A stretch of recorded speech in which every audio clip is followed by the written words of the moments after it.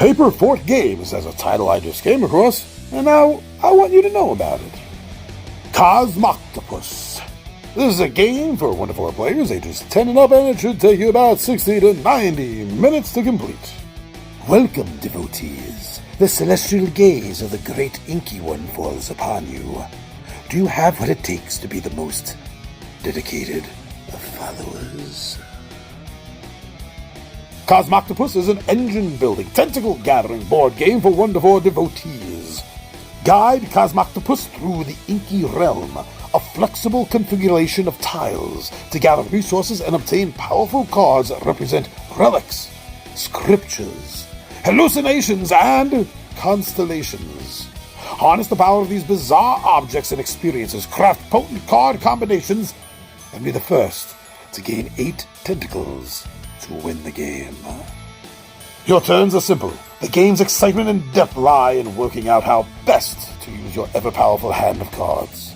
Unlike some other engine builders, you'll be straight into the fun, upgrading your engine from turn 1. With variable setup, easy ways to alter difficulty, and optional solo and cooperative modes, Cosmoctopus offers a versatile tabletop experience, whatever your gaming tastes are. Well, it's from the publisher. Didn't tell me to do the voice, didn't tell me anything, doesn't even know I'm doing this. This felt normal. I kind of got into it with the reading of that, if you could tell. I enjoy these darker games, I guess you could call them, where you're playing the darker side, in this case, cultists.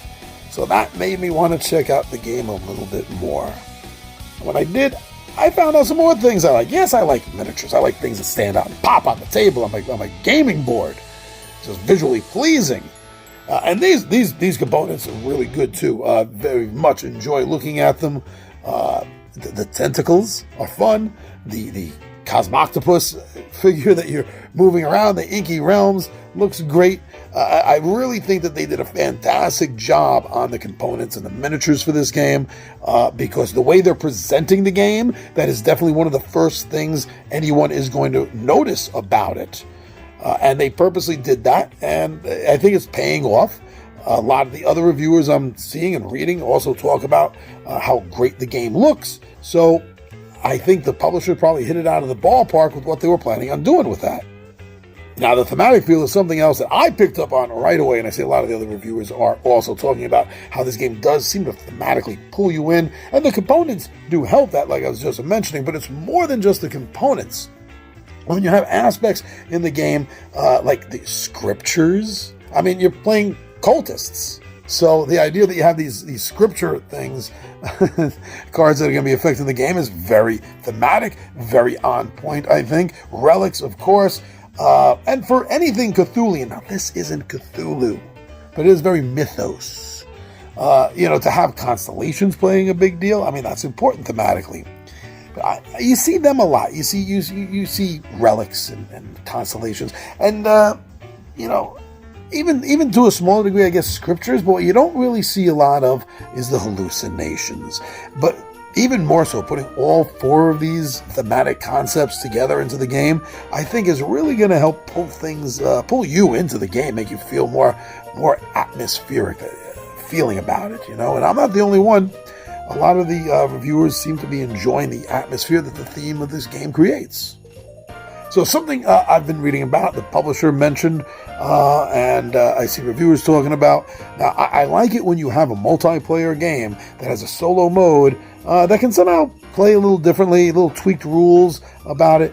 And in this one, what I particularly like is that when you're playing in single mode as opposed to a multiplayer competitive mode, is that the game has these AI detectives, these private investigator types that are your foil for the game. They're the ones trying to stop you, and that is a different game, more or less, than the competitive mode seems to be. So it's a thing that I really like when companies go out of their way to make the solo version of the game different, and apparently they did so for this.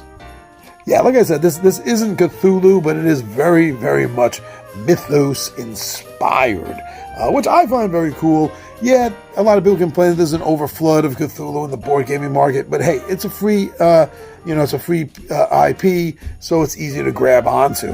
right? But as far as a mythos style inspired game goes, this may be one of the better ones for families. I see a lot of talk about it, that this is a fun family game.